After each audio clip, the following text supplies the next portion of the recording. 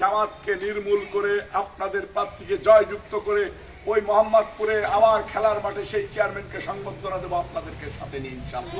কুকুর যদি আমাদেরকে কামড় দিতে চায় ওই কুকুরকে আমরা ছেড়ে দেব।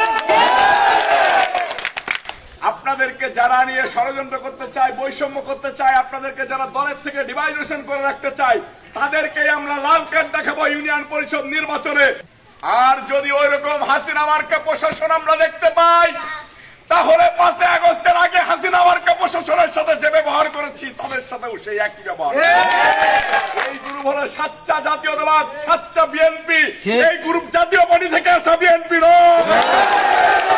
ইনশাআল্লাহ চেয়ারম্যান হবে। সেটা যে কোনো প্রতিকূল পরিস্থিতি ফেস করে আমরা চেয়ারম্যান হব এবং পাশ করে আনবেন আপনারা। আপনারা যাকে প্রার্থী করবেন প্রত্যেকটা মানুষই সেই নামের সাথে নিজের নাম লিখে দেবেন যে আমিই অমুক। পারবেন না? ওই চেয়ারম্যান আপনাদেরকে দেখভাল করবে, ওই চেয়ারম্যান দৌড়াদৌড়ি করবে, ওই চেয়ারম্যান বাচ্চু আক্তার মিজান সাবুর কাছে যাবে, ওই চেয়ারম্যান রবিউল ইসলাম নয়নের কাছে যাবে, ওই চেয়ারম্যান প্রয়োজনে তারেক রহমানের কাছে যাবে আপনাদের দাবি দাওয়া নিয়ে।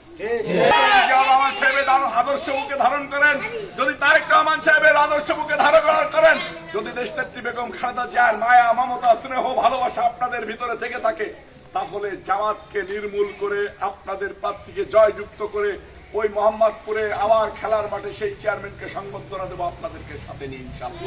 আপনাদের কাছে আমার বিনীত অনুরোধ, ঐক্যবদ্ধ থাকবেন। নির্বাচনের আগে গ্যাঞ্জাম এড়িয়ে চলবেন, নির্বাচনের পরেও গ্যাঞ্জাম এড়িয়ে চলবেন। আমরা গ্যাঞ্জাম করতে চাই না, তবে কুকুর যদি আমাদেরকে কামড় দিতে চায় ওই কুকুরকে আমরা ছেড়ে দেব। আমি আপনাদের এই যে পোর্টফোলিও নেতা, আপনারা যারা এদিকে উপস্থিত আছেন, আপনাদের কাছ থেকে আমি 9টা ওয়ার্ডের 9টা মেম্বার চাই, একটা চেয়ারম্যান চাই।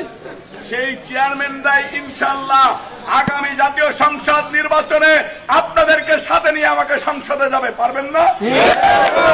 মোহাম্মদপুরের দীঘা ইউনিয়নে আমার পার্শ্ববর্তী এলাকা, আমার পার্শ্ববর্তী বাড়ি, আমার তাদের প্রতি হক রয়েছে, যেমন তাদেরও আমার প্রতি হক রয়েছে।